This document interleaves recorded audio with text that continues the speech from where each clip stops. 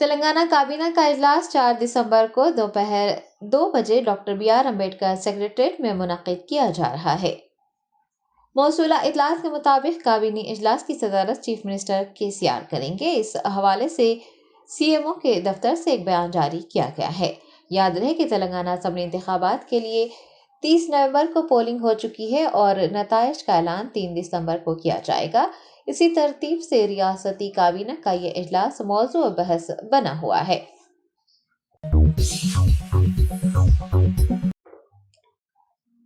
3 दिसंबर को जारी होने वाले तेलंगाना असेंबली के नताइज के लिए वोटों की गिनती से कबल हैदराबाद और आसपास के इलाकों में कायम किए गए गिनती मराकज में पुलिस की जानिब से सख्त तरीन इंतजाम किए गए हैं। तेलंगाना असेंबली इंतखाबात 30 नवंबर को मुनक्किद किए जा चुके हैं। 3 दिसंबर को नताइज जारी किए जाएंगे।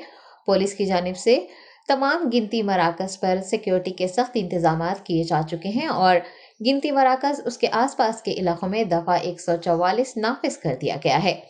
आपको बताते चलें कि कल ही यानी 30 नवंबर को ही तमाम ईवीएम्स को स्ट्रांग रूम से मुंतकिल कर दिया गया था। फिलहाल उनकी हिफाजत के लिए मुसल्लह सीएपीएफ एहलकार को तैनात किया गया है। दफा 144 नाफिज करने के अलावा rapid action force, Telangana state special police, city armed reserve और क्विक रेस्पॉन्स टीम इतवार को यानी 3 दिसंबर को ही तैनात की जाएगी। हैदराबाद में कायम किए गए गिनती मराकज में मजमूई इंतजामात की निगरानी डीसीपी रैंक के अफसरान करेंगे। वाज़ेह है कि तेलंगाना इंतखाबी नताइज से पहले ज्यादातर एग्जिट पोल्स ने कांग्रेस के लिए बरतरी की पेशकयासी की है। ताहम कुछ एग्जिट पोल के नताइज मौलिक असेंबली के इम्कान का भी इशारा दे रहे हैं।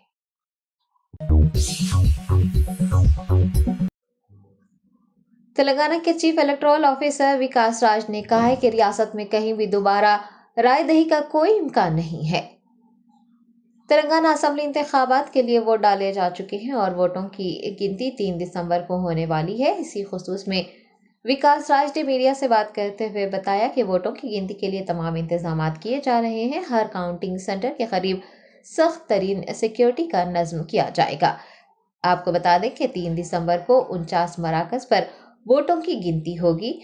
विकास राज के मुताबिक वोटों की गिनती के लिए 1766 मेज़ें रहेंगी। पोस्टल बैलेट पर डाले गए वोटों की तादाद से मुताल्लिक़ उन्होंने बताया कि इस मरतबा 1,80,000 लोगों ने पोस्टल बैलेट का इस्तेमाल किया है। 78 हल्कों में 75% रायदही रिकॉर्ड की गई है। विकास राज ने कहा कि रियासत भर में 70.74% पोलिंग रिकॉर्ड की गई। साल 2018 के मुकाबले इसमें 3% की कमी आई है। 2018 में पोलिंग का फीसद 73.37 रिकॉर्ड किया गया था। कल 30 नवंबर को हमारे यहाँ तेलंगाना में पोल कंप्लीट हुआ। सो शांतिपूर्वक सारे 35,655 पोलिंग स्टेशन में कंप्लीट किया गया और काफ़ी एरियाज़ में, काफ़ी पोलिंग स्टेशंस में देखा गया कि आफ्टरनून के बाद से काफ़ी भीड़ आई और इसके कारण कुछ पोलिंग स्टेशंस में 5 बजे के बाद भी, मतलब 5 बजे के समय जो लोग मौजूद थे वहाँ, उन सबको आयोग के द्वारा दिए गए इंस्ट्रक्शंस के प्रकार उनको चिट दे करके कैंपस में ले लिया गया और उनकी पोलिंग चलती रही। तो उसके कारण कुछ जगह में 6, 7, 8, 9 बजे तक भी चला है। तो ये हमारे यहाँ कल पोलिंग तो काफ़ी शांतिपूर्वक ढंग से हो गया और सारे रूट्स से सारे ईवीएम्स, सभी पोलिंग पार्टीज़ भी हमारे रात में कुछ जगह लेट भी हुआ लेकिन सब लोग आ गए। तो काफ़ी जगह में हमारे यहाँ जो रिसेप्शन सेंटर था, वो रिसेप्शन सेंटर और काउंटिंग सेंटर अलग जगह अलग होने के वजह से पहले जो ईवीएम्स और पोलिंग पार्टीज़ आए वो लोग रिसेप्शन सेंटर में आकर के अपना सामान जमा कराए। वहीं पर सारे ईवीएम्स को भी जमा कराया गया और उसके बाद जब सारे ईवीएम्स आ गए, पूरी कॉन्स्टिट्यूएंसी के ईवीएम्स आ गए, उसके बाद उनको सेपरेटली ट्रांसपोर्ट किया गया काउंटिंग सेंटर के पास और काउंटिंग सेंटर पे ला करके उनको, ऑफ कोर्स इन सब के दौरान कैंडिडेट और उनके एजेंट्स को वहाँ पर उपस्थित रहने की अपेक्षा की गई थी। ऑफ कोर्स इनवाइट भी किया गया था और रहे भी वो लोग। तो इस प्रक्रिया के हिसाब से सारे हमारे ईवीएम्स और सारे मटेरियल काउंटिंग सेंटर्स तक पहुंच चुके हैं। अब हम सारे रिपोर्ट्स आज बना रहे हैं। सो सारे रिपोर्ट्स भेजने के बाद आयोग के द्वारा एक बार हमें परमिशन दे दिया गया। उसके बाद 3 तारीख को जो काउंटिंग की प्रक्रिया है वो सुबह 8 बजे से शुरू होगी और 8 बजे से लेकर जितने बजे तक शाम को चले। तो आपको जैसा कि मालूम है कि हमारे यहाँ काफ़ी सारे कॉन्स्टिट्यूएंसीज़ में नंबर ऑफ़ कैंडिडेट्स ज़्यादा हैं। मैक्सिमम नंबर एक जगह में 48 भी हैं, 47-48। तो उसके कारण थोड़ा पर राउंड भी टाइम ज़्यादा लगेगा हमें। तो इन सबको दृष्टि में रखते हुए इनफैक्ट कुछ जगह जो बहुत बड़े कॉन्स्टिट्यूएंसीज़ थे, उन बड़ी कॉन्स्टिट्यूएंसीज़ में जहाँ पर 500 से ज़्यादा पोलिंग स्टेशन थे, वहाँ पर 14 + 14 28 काउंटिंग टेबल्स भी दिए गए हैं। तो इन सब तैयारियां कर ली गई हैं और अब फाइनली कुलीन मजलिस इत्तेहादुल मुस्लिमीन के याकुतपुरा एमएलए उम्मीदवार जाफर हुसैन मेराज ने मीडिया के जरिए हल्का असम्बली याकुतपुरा के तमाम राय दहिंदों, पार्टी के कॉरपोरेटर्स, नुमाइंदा कॉरपोरेटर्स, साबिक कॉरपोरेटर्स व दीगर से इजहार तशक्कुर किया है। तेलंगाना असम्बली इंतखाबात 30 नवंबर को मुनक्किद किए जा चुके हैं। नताइज का ऐलान 3 दिसंबर को होने वाला है। AIMIM याकुतपुरा के एमएलए उम्मीदवार जाफर हुसैन मेराज ने मीडिया से बात करते हुए हल्का असम्बली याकुतपुरा के तमाम राय दहिंदों, इंतखाबी मुहिम में जोर शोर से हिस्सा लेने वाले पार्टी के कॉरपोरेटर्स, साबिक कॉरपोरेटर्स, नुमाइंदा corporators, area presidents, vice presidents, general secretaries के अलावा सरगर्म कारकुनान का शुक्रिया अदा किया है। उन्होंने यकीन दहानी करवाई है कि 3 दिसंबर को जब असम्बली इंतखाबात के नताइज का ऐलान किया जाएगा, AIMIM भारी अक्सरियत से कामयाबी हासिल करेगी। उन्होंने हल्के की आवाम के लिए हर वक्त हाजिर रहने और उनके दरमियान रहकर मसाइल के हल करने की यकीन दहानी भी करवाई। रहमतुल्लाहि व बरकातहू। अल्हम्दुलिल्लाह, ये अल्लाह सुब्हानहू तआला का लाख लाख फजल करम है। अल्लाह सुब्हानहू तआला ने कल यानी 30 नवंबर को याकुतपुरा असम्बली कॉन्स्टिट्यूंसी में टोटल पीसफुल पोलिंग हुई। मैं तमाम याकुतपुरा कॉन्स्टिट्यूंसी के वोटर्स का तहे दिल से शुक्रिया अदा करना चाहता हूं और हमारे पार्टी के तमाम कारपोरेटर्स, नुमाइंदा कारपोरेटर्स, साबिका नुमाइंदा कारपोरेटर, उसके साथ साथ मजलिस इत्तेहादुल मुस्लिमीन याकुतपुरा असम्बली कॉन्स्टिट्यूंसी के तमाम सदर, मोतमदीन, एक्टिव वर्कर, मुहिबान मजलिस इत्तेहादुल मुस्लिमीन और जितने भी लोग मजलिस इत्तेहादुल मुस्लिमीन के हक़ में वोट डाले हैं, उन सब का तहे दिल से शुक्रिया अदा करना चाहता हूं। और जो हजरात किसी वजह से मजलिस इत्तेहादुल मुस्लिमीन को वोट नहीं डाले हैं, मैं इंशाअल्लाह ताला अल्लाह ने चाहा तो उनका दिल जीत के आइंदा मजलिस इत्तेहादुल मुस्लिमीन को वोट डालने के लिए ज़रूर ब-ज़रूर कोशिश करूँगा। और मुझे अल्लाह की ज़ात से उम्मीद है, अल्लाह सुब्हानहू तआला 3 दिसंबर को जब रिज़ल्ट लेकर आएगा तो अल्हम्दुलिल्लाह मजलिस इत्तेहादुल मुस्लिमीन एक भारी अक्सरियत से कामयाबी हासिल करेंगे। मैं फिर एक मरतबा तमाम वोटर्स का याकुतपुरे के शुक्रिया अदा करना चाहता हूँ। बहुत बहुत शुक्रिया।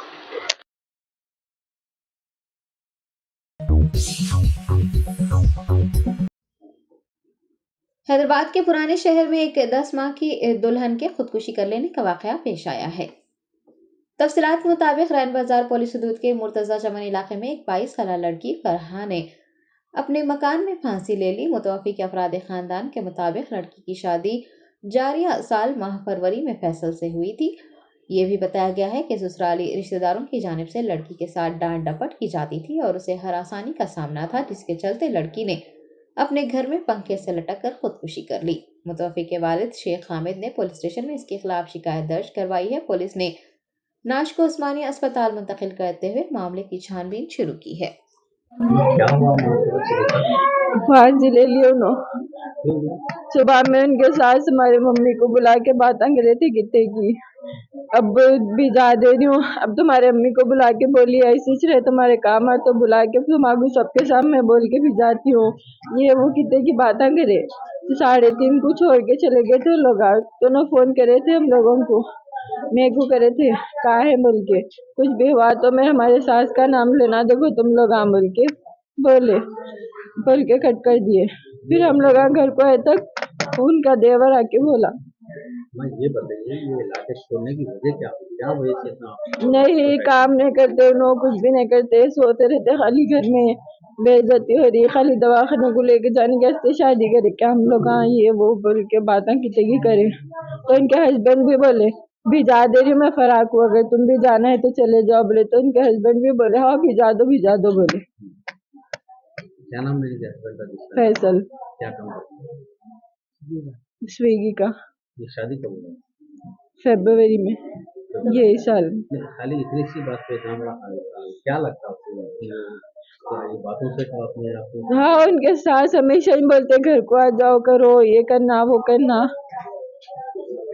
उसकी वजह से कितने की बार यहाँ पे भी रहने बातें करते उनको, आ जाना नहीं घर में, ये नहीं वो नहीं, कामा करे बाद भी खाली सोते रहते। पूरे खानदान में बेइज्जती करा दे रहे। भाव इस वास्ते लाए क्या बीमारी के वास्ते लाए, लेके आके सभी खाली दवाइयों को लगाना, हर महीने में बीमार होते नो करते। एज क्या थी? 22।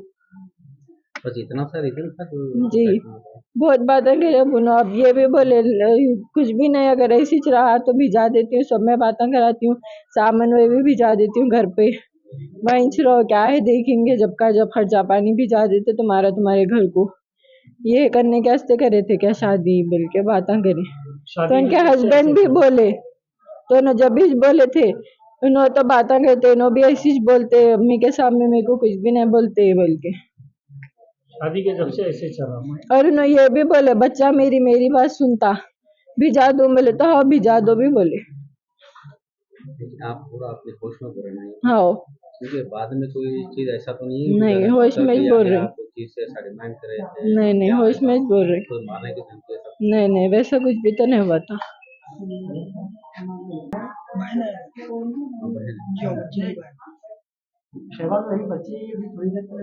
ना हमारे अब तो नहीं है रिकॉर्डिंग, मगर रिकॉर्डिंग निकली तो भेज। कब हुई थी? 4 बजे के करीब। जी उनके छोटे देवर कुछ बोले थे आज रिसेंटली 3 बजे के टाइम कुछ बातें करे उनके साथ को। वही आज मम्मी को बुला के बातें करे, इन्हें उठते नहीं 2-2 बजे तक, घर में नहीं करे तो काम यहाँ तो करना पड़ता ना, घर में नहीं कर लिए होंगे कुछ भी कर लिए होंगे, यहाँ तो सब करना पड़ता ना, ये नहीं करते वो नहीं करते, कितने की उनको ठहर के बातें करे। के सुबह काम करते उन्हों सब करते, शाम में भी करते, सब काम उन्होंने करते तो भी नहीं करते। उनके ननन लोग भी नहीं, भाभी नहीं करते, झूठे बातें करे पूरे वो कर दिया उनको एकदम, दूल्हा भी चले जाओ बोला उनका।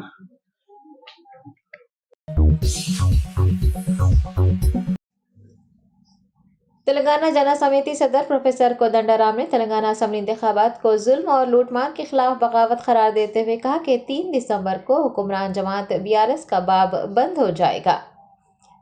TJS सदर ने पार्टी दफ्तर में एक प्रेस कॉन्फ्रेंस को मुखातिब करते हुए कहा कि एग्जिट पोल्स ने दिखाया है कि 3 दिसंबर को BRS का चैप्टर बंद हो जाएगा। हालांकि ऐसे मामला कम ही पेश आते हैं, अवाम में एक शानदार शऊर बीदार हुआ है। उन्होंने कहा कि अवाम ने 2 बार हुकूमत बनाने वाली पार्टी को हुकूमत से हटाने का फैसला किया है। कोदंडराम ने हुकूमत आंध्र प्रदेश पर नागार्जुना सागर प्रोजेक्ट के पानी के मामले में मुंसिफाना न होने का इल्जाम लगाया और इस इक़दाम को गैर जमहूरी गैर कानूनी करार देते हुए मरकज़ से इस मामले में मुदाखलत करने की ख्वाहिश की। TJS सदर ने यह भी वाज़ेह किया है कि इस मरतबा पार्टी से इन्हिराफ को किसी भी हालत में कबूल नहीं किया जाएगा और मुनहरफ होने वालों के घरों के सामने एहतजाज होगा। कोदंडराम ने अवाम को वोट के हक का इस्तेमाल करने पर मुबारकबाद दी है।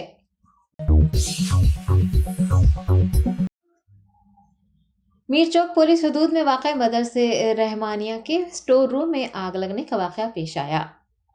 मौसूला इतलात के मुताबिक पुराने शहर के इलाके रंगीली खिड़की के मदरसे रहमानिया के स्टोर रूम में आग लग गई। इस वाक़े की इतला मिलते ही कॉरपोरेटर सोहेल खादरी वो दीगर मौके पर पहुंच गए और फायर इंजन को भी तलब किया। आतिश रोमले की जानिब से आग बुझाने के इक़दाम किए जा रहे हैं। इस सिलसिले में मज़ीद तफसीलात का इंतज़ार है। बिस्मिल्लाहिर्रहमानिर्रहीम। आज मदरसा दारुल उलूम रहमानिया तालाब कट्टा हैदराबाद में किचन के करीब मतबख के एक शेड बनाया गया था दावतों वगैरह में पकाने के लिए। उस शेड में दावतों वगैरह के मौके पे पकता था, लेकिन धुएं के न निकलने की वजह से वो नाकाम ही रहा। वो बेकार ही था। वहाँ बकरीद के मौके पे घास रख दी गई और वो मेन रोड तालाब कट्टे से उधर गेट लगा हुआ है, उधर ही से उसका मेन रास्ता है। किसी आने जाने वाले ने शायद किनारा समझकर कोई सिगरेट वगैरह फेंका, जिसकी वजह से आग लग गई। मगर अल्हम्दुलिल्लाह मदरसे में उसकी वजह से कोई नुकसान नहीं हुआ। ना उसमें कोई सामान था, ना वहाँ कोई आता जाता था। धुआं देखकर बाहर के लोगों ने मुतवज्जे किया, फ़ोन वगैरह किया गया, फायर ब्रिगेड आए और उन्होंने आग बुझाया।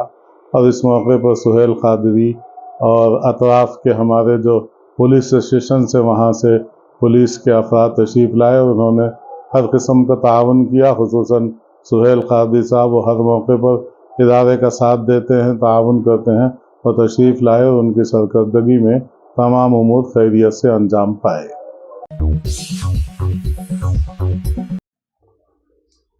शहर हैदराबाद के याकुतपुरा इलाके में एक स्विमिंग पूल इंतजामिया की लापरवाही के नतीजे में 11 साला लड़के की मौत हो गई। तफसीलात के मुताबिक याकुतपुरा इलाके में वाक़ YSP स्विमिंग पूल में तैराकी के लिए जाने वाले 11 साला लड़के की डूब जाने के सबब मौत हो गई। मुतवफ़्फ़ी के वालिदा ने बताया कि स्विमिंग पूल इंतजामिया ने लड़के की डूब के फौत हो जाने की इत्तला अफराद खानदान या फिर पुलिस को दिए बिना ही नाश को बजरिए ऑटो उस्मानिया अस्पताल मुंतकिल करवा दिया। मुतासरा खातून का इल्ज़ाम है कि लड़के की मौत के लिए स्विमिंग पूल इंतजामिया जिम्मेदार है। उनकी लापरवाही के सबब ही उन्होंने अपने बेटे को खो दिया। खातून ने पुलिस से मुतालबा किया है कि वो लापरवाह इंतजामिया के खिलाफ सख्त से सख्त कार्रवाई करे और स्विमिंग पूल भी बंद करवाएं ताकि दूसरे बच्चों के साथ इस तरह का हादसा पेश न आ सके। सोशल वर्कर सफिया माही ने भी मीडिया से बात कर मेरा बच्चा चलेगा, क्या बात करूं मैं।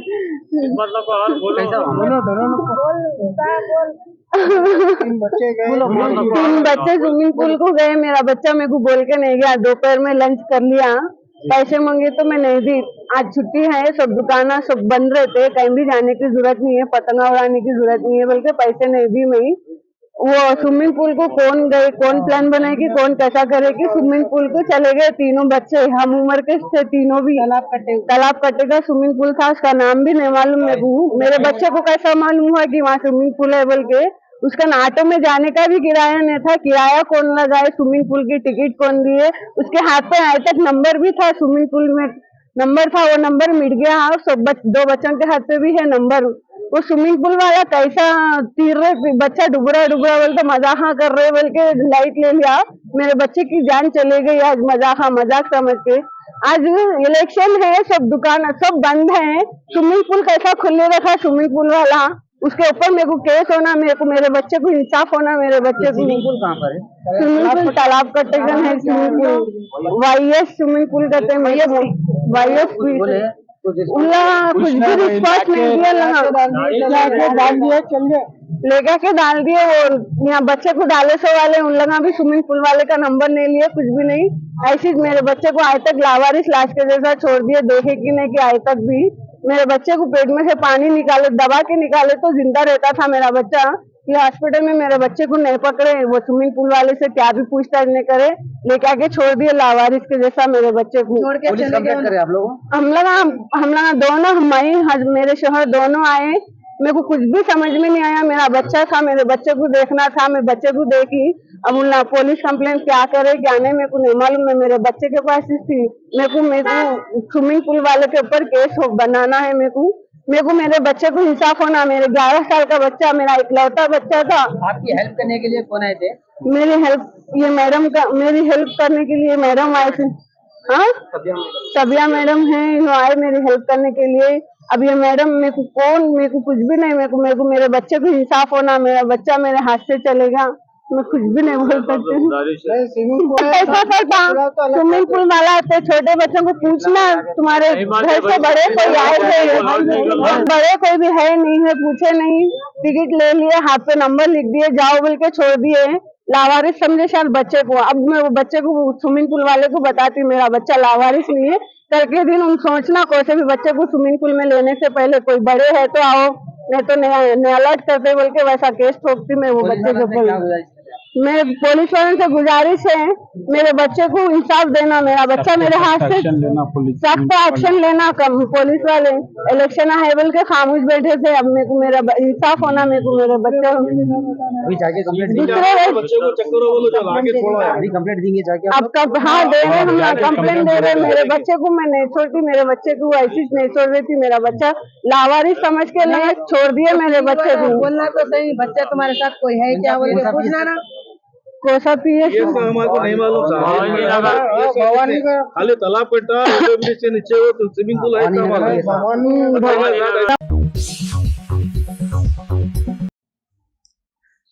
तमिलनाडु पुलिस ने एक ईडी अफसर को रिश्वत लेते हुए रंगे हाथों गिरफ्तार कर लिया।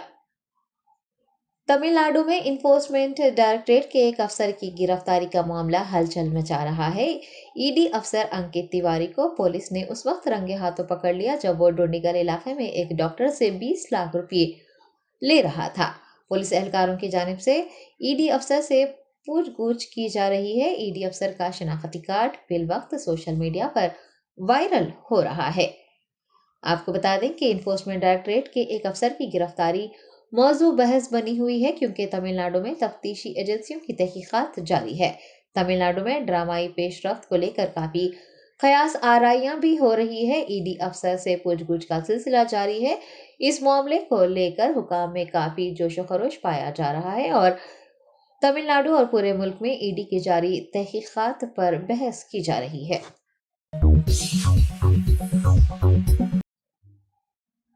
रियासत तेलंगाना में शराब की फरोख्त में जबरदस्त इजाफा रिकॉर्ड किया गया है। 27 दिनों में तकरीबन 3 करोड़ रुपए मालियत की शराब फरोख्त हुई है।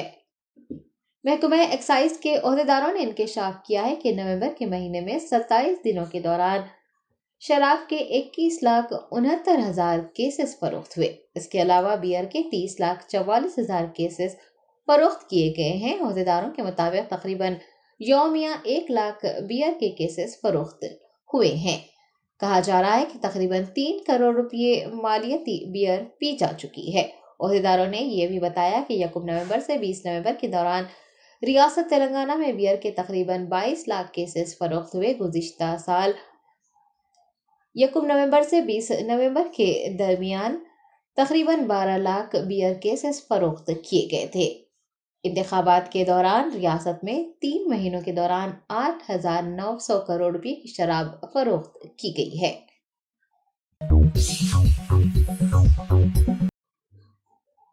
कुमरम आसिफाबाद के जिला कलेक्टर बुरकाडे हेमंत सहदेव राव ने कहा है कि 3 दिसंबर को होने वाले वोटों की गिनती के लिए सियासी जमातों के नुमाइंदों को ताउन करना चाहिए ताकि गिनती का अमल पुरसुकून तरीके से अंजाम दिया जा सके। जिला इलेक्शन ऑफिसर व जिला कलेक्टर बुरकाडे हेमंत सहदेव राव ने जुमा को आम इंतखाबात के बाद सिरपुर हल्के के returning officer Rahul Mahiwal, district additional collector Deepak Tiwari, Asifabad हल्के के रिटर्निंग ऑफिसर वो दीगर के अलावा सियासी जमातों के उम्मीदवारों के नुमाइंदों के साथ एक जायजा इजलास मुनक्किद करते हुए उनके एतराज़ को जाना। इस मौके पर डिस्ट्रिक्ट इलेक्शन ऑफिसर ने वाज़ेह किया कि हल्का सिरपुर के 55, 56, 75 और 90 पोलिंग मराकज़ के खिलाफ मौसूल होने वाली शिकायत का जायजा लिया गया है और जांच पड़ताल के बाद ये पाया गया है कि बगैर किसी गलती के पुरअमन तौर से इंतखाबात का अमल अंजाम पाया है। उन्होंने कहा कि अगर उम्मीदवार इस माह की 3 तारीख को होने वाले गिनती के लिए फॉर्म 18 जमा करवाते हैं तो रिटर्निंग अफसरान की जानिब से इस खुसूस में इजाज़त दी जाएगी। दरियासना उन्होंने तमाम सियासी जमातों के नुमाइंदों से ताउन करने की ख्वाहिश की है ताकि वोटों की गिनती का अमल पुरसुकून तरीके से अंजाम दिया जा सके।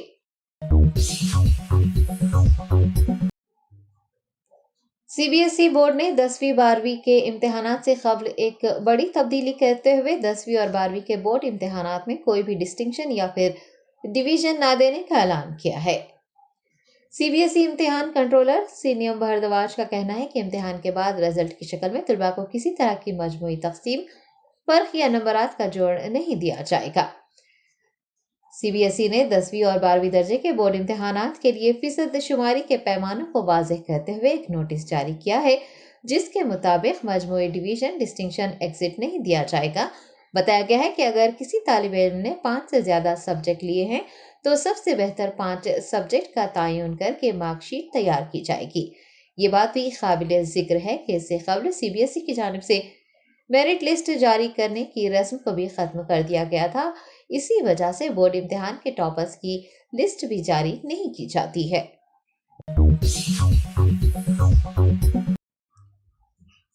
महकमे मौसमियात ने खलीज बंगाल में हवा के कम दबाव के तूफान में तब्दील होने और उसके जेर असर आंध्र प्रदेश, तमिलनाडु समेत कई रियासतों में भारी बारिश का इम्कान जताया है। महकमे मौसमियात ने पेशकयासी की है कि खलीज बंगाल में बनने वाले हवा का कम दबाव 2 नवंबर यानी हफ्ते को तूफान में बदल जाएगा। उसकी वजह से इतवार को आंध्र प्रदेश और तमिलनाडु में बहुत ज्यादा बारिश का इम्कान है। AP डिजास्टर मैनेजमेंट महकमे की जानिब से आने वाले तूफान से लोगों को खबरदार कर दिया गया है और उन्हें हिदायत दी गई है कि वो एहतियात बरतें। किसानों को भी ज़राई कामों के लिए एहतियात बरतने को कहा गया है और माहीगीरों को भी खबरदार कर दिया गया है। भारी बारिश के तवक्को की वजह से AP डिजास्टर मैनेजमेंट एजेंसी ने लोगों को चौकन्ना रहने की ताकीद की है।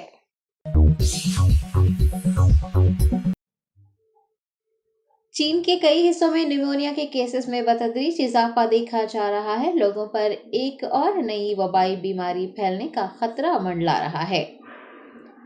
चीन के कई हिस्सों में फैल रहा निमोनिया अमेरिका को भी अपनी लपेट में ले रहा है। इस बीमारी से मुतासरा बच्चों को सांस लेने में तकलीफ हो रही है। महकमा सेहत के हुकाम का कहना है कि निमोनिया की वबा फ्लू इन्फ्लुएंजा वायरस की एक किस्म है।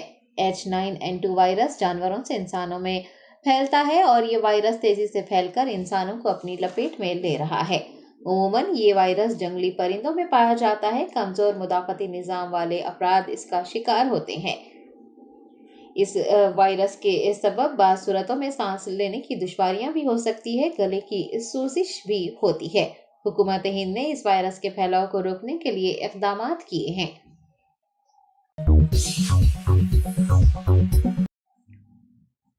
हिज़्बुल्लाह के एग्जीक्यूटिव काउंसिल के नायब सरबराह शेख अली दमुश ने इसराइल की जानिब से फ़लस्तीन पर दोबारा हमले शुरू करने के तनाजुर में कहा है कि अवाम को इस बार फैसला कुन अंदाज में अपनी बात कहनी चाहिए। अमरीकियों पर दबाव डालना चाहिए कि वो इस जुनूनी जंग को रोके। सहवनी ताकतों ने अमेरिका के साथ फैसले के बाद गाजा पर दोबारा अपनी जारियत शुरू कर दी है। इसी तनाजुर में हिज़्बुल्लाह के एग्जीक्यूटिव काउंसिल के नायब सरबराह शेख अली दमुश ने एक बयान जारी किया है और कहा है कि ये जंग शुरू से ही फ़लस्तीनी अवाम के खिलाफ अमेरिका की जंग रही है। तमाम मौक़िफ़ और वाक़यात हकीकत इस बात की निशानदही करती है कि अमेरिका इस मामले में सिर्फ शिराकतदार नहीं है बल्कि उसने ही ये तमाम फैसले किए हैं। उनका कहना है कि इसराइल सिर्फ एक आला है जो अमरीकी फैसले को नाफिज करता है। गाजा और पूरे खित्ते में मज़ाहमत इसराइलियों को इस जंग में अपने मकासद हासिल करने नहीं देगी। शेख अली दमुश ने वाज़ेह किया है कि ना ही इस खित्ते में अमरीकी और इसराइलियों को बालादस्ती हासिल करने दी जाएगी। उन्होंने गाजा में शहरियों के खिलाफ होने वाले जराइम के हवाले से सभी से अपनी अखलाकी और इंसानी जिम्मेदारी अदा करने की ख्वाहिश की है। गाजा के खिलाफ जारियत के दोबारा शुरू होने के बाद उन्होंने दुनिया भर के लोगों से कहा है कि वो इस बार फैसला कुन अंदाज में अपनी बात कह दें, अमेरिका पे दबाव डालें कि वो इस जुनूनी जंग को रोक दे। Germanten super speciality hospital, doctor Mir Jawad Zar Khan, senior experienced orthopaedic surgeon, bone fracture, joint replacement, hip replacement और स्पाइन सर्जरी कामयाबी से अंजाम दे रहे हैं। इसके अलावा neuro surgery, cardiology, gynaecology, dental, general medicine, dialysis और फिजियोथेरेपी जैसे शोबाजात में इंतहाई कामयाबी के साथ वाजिबी फीस में इलाज किया जा रहा है। शेयरिंग और प्राइवेट रूम्स, अस्पताल में 24 घंटे MRI, CT scan, 2D digital x-ray, ultrasound, operation theatre, ICU और लैब की सहूलत दस्तयाब है। आपकी उम्मीदों के ऐन मुताबिक Germanton super speciality hospital, pillar number 150, Attapur, Hyderabad.